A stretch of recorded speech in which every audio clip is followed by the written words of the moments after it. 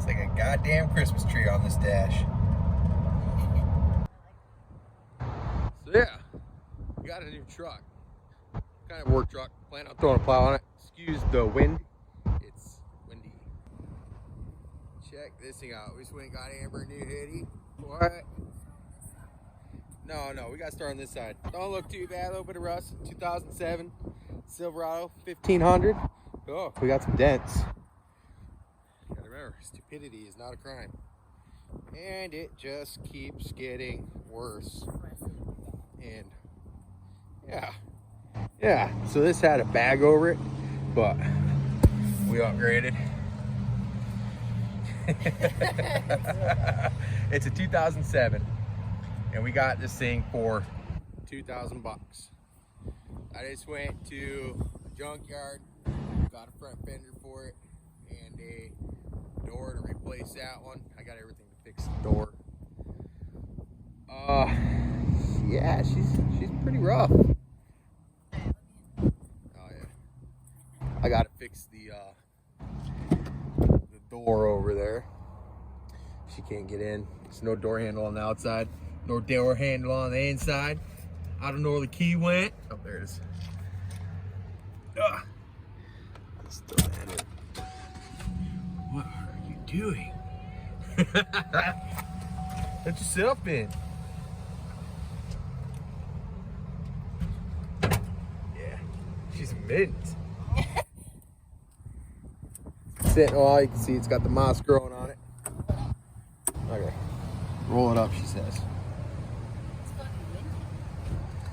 Got the door panel and everything for her door back there. Yeah, it's got a random misfire at idle. Other than that though, this thing drives mint. It actually drives really freaking nice. And it was dirt cheap, so we can use it for work, kind of beat it up and not really care too much. I plan on getting a little plow for it. Throw on the front. Oh yeah, I got the bumper cap. Right there, I got the cap. It's got like new fucking sight tires. New front brakes on it. Runs, drives, $2,000. How do you pass a truck up like that for $2,000? I mean, I guess it'd be pretty easy if you don't like dents. But there's your hoodie.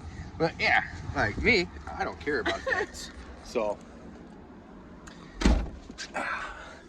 this thing is mint. So you don't care about the dents? Yeah, I don't care about dents. But yeah, we just bought. Well, the door was so the window. Yeah. And you know, and then That's a fender. the fender was cheap. I really need a bet. Like, I just want to shake the man's hand that that's that bed. Like, that's impressive. Yeah, it is. It's impressive. Smashed both sides of the bed. Don't know how. Yeah, it's like all like wavy and shit. Like what? It's like 15 little trees fell on this truck. So, well, for $2,000, I still think this was a good buy because it runs, drives. 2007, new body style, not classic. Work truck. The inside's not bad. They just destroyed the outside. The inside actually isn't too bad.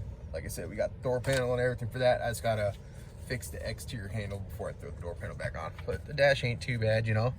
My little Christmas tree, my tire pressure stuff don't work. Random misfire. The seatbelt light is always on. It's got like, yeah, I'm averaging 16 miles per gallon, which is pretty good. Trans stays cool. It's got 190,000 miles. So that's not too bad.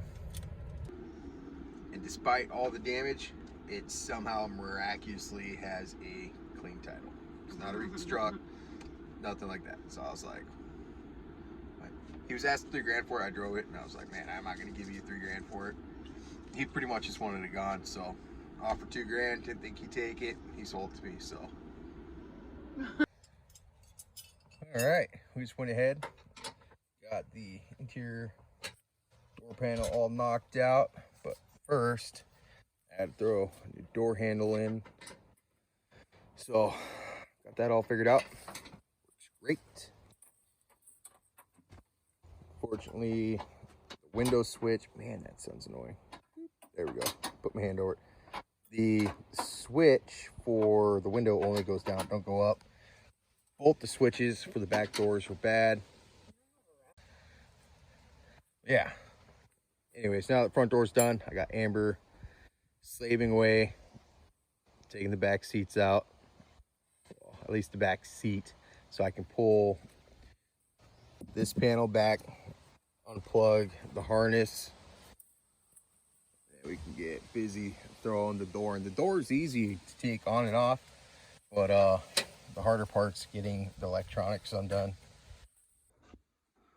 What is up, ladies and gentlemen?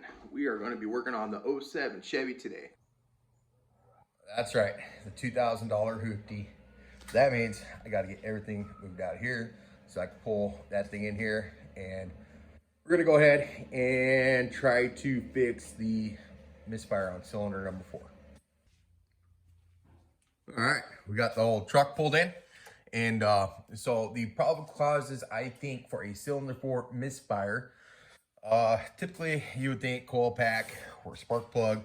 Well, I've already swapped coil packs with number 2 cylinder, and along with the wire, no change. I pulled spark plug on it. I'm not sure where the plug is now, but it was pretty achy. That was not the issue. Okay. So next thought is could be an injector, but what most likely is the cause is the lifters.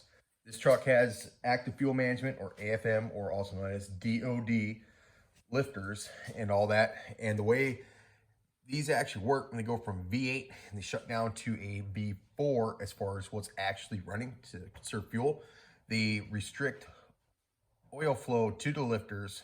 And these lifters are super known to fail, and they collapse, and then you end up with a terrible misfire like this truck has. So what we're gonna do is we're gonna go ahead and pull the plastic and all the bullshit out of the way, pull the coil packs, pull the valve cover, and then we're actually gonna, it'll run on 4 cylinders.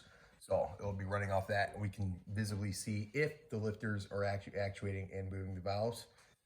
Now, if that's not the issue, it could be a head issue or piston rings. But just in case, we have a 243 cast LS head, which is one of the best heads you can get for these. And of course, you got your fancy cathedral ports, which make these heads so unbelievably good.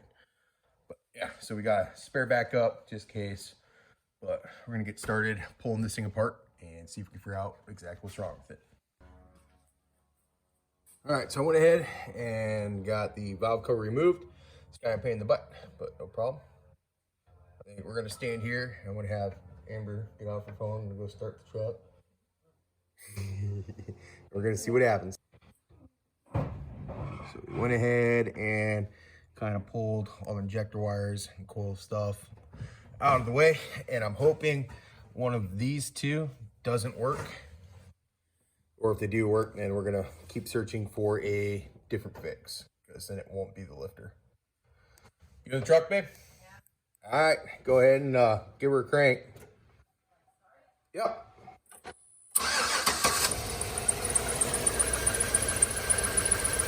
Like I thought, not moving at all. God, dead lifter. All right, shut it off. All right, so I'm used to old school small block Chevys, and working on this LS.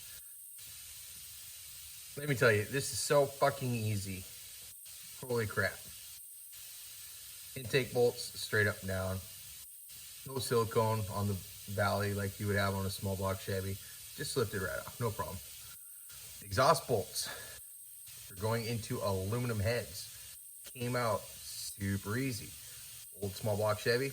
Been sitting for 20 years into an iron head. Bolts be stuck, be breaking bolts, hating life.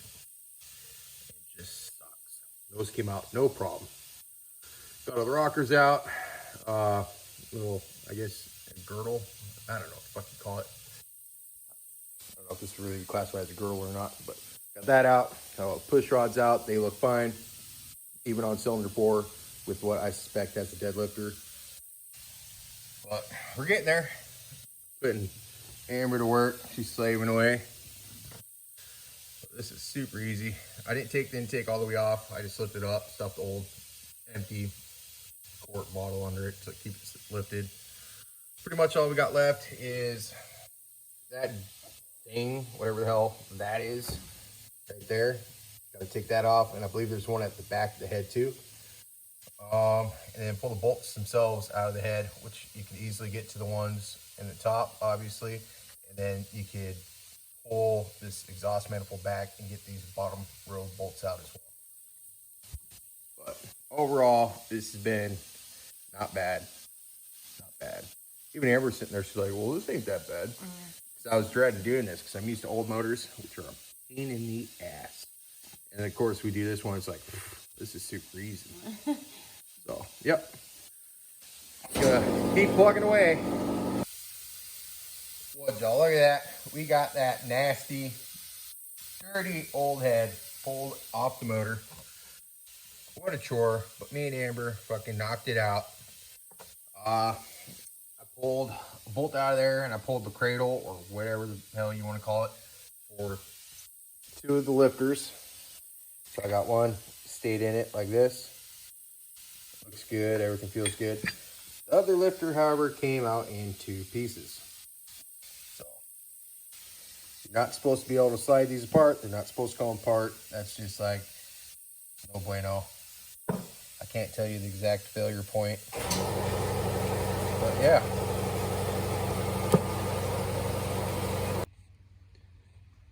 All right, so we got the Chevy all back together. I went ahead and replaced the head gasket, exhaust manifold gasket, intake gaskets, one lifter. This thing runs like butter now. Let's see if Amber left the key in it for me. Of course not.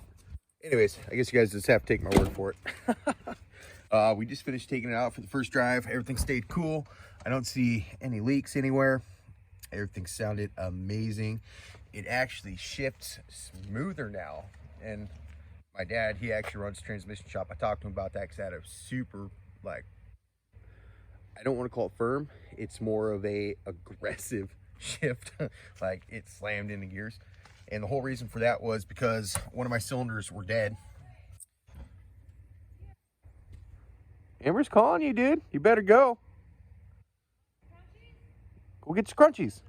Anyways, so he told me not to mess with anything transmission-wise on this truck.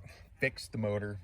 I fixed the motor. It shifts perfect now. Now, the reason behind that is because running on 7 cylinders, I had to give it more throttle to make the same power. So all this stuff is computer controlled. The TPS was showing a higher percentage than it should have for the amount of power we were making. So the transmission was building more line pressure, and it was shifting as if, let's say, rather than being at a quarter throttle, I'm at half throttle. So it was building more line pressure. It was shifting harder than it should have. So now that the motor's fixed, this thing shifts perfect. And it runs amazing. I still have check engine light, but that's for evap crap. You know, who knows? Either way, it's not flashing or no more. So still need to put a battery in it because that's super gross. But yeah, super pumped. We did get the door all knocked out on it, so that's good. Still kind of need a bed if I decide to replace that. Have not swapped the fender, even though I got the fender. But so far we got about $3,000 into this truck, and it runs and drives perfect, and I'm super pumped.